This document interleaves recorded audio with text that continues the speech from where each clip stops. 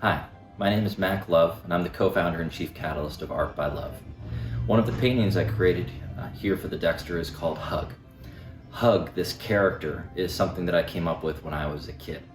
I always admired Keith Haring and loved his simple illustrations, and for me the hug was this easy single gesture of love. This character who has 4 arms, so your arms fit like perfectly around it. I was born in New York and I grew up abroad, and one of the things I always admired was this character was just universally appreciated. And so it stuck with me through my travels. It's been on notes that I've left to friends, thank you messages, put it all over the world.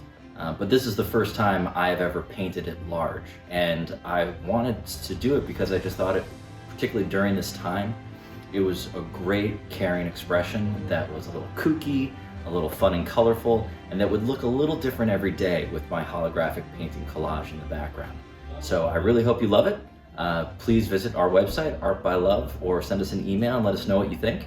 And we look forward to sending more hugs your way and hope you send them to all of your friends elsewhere. Please share this hug. Thank you very much.